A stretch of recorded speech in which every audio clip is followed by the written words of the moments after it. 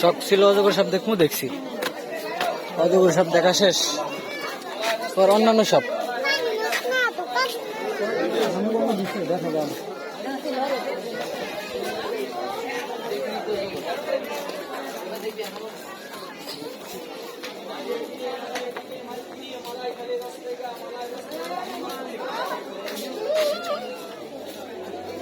সবগুলি কি অজগর?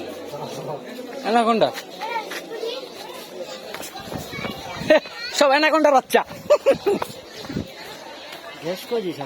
আরে ওই সাপের ড্রেস পাল্টাইছে, মানে শুরু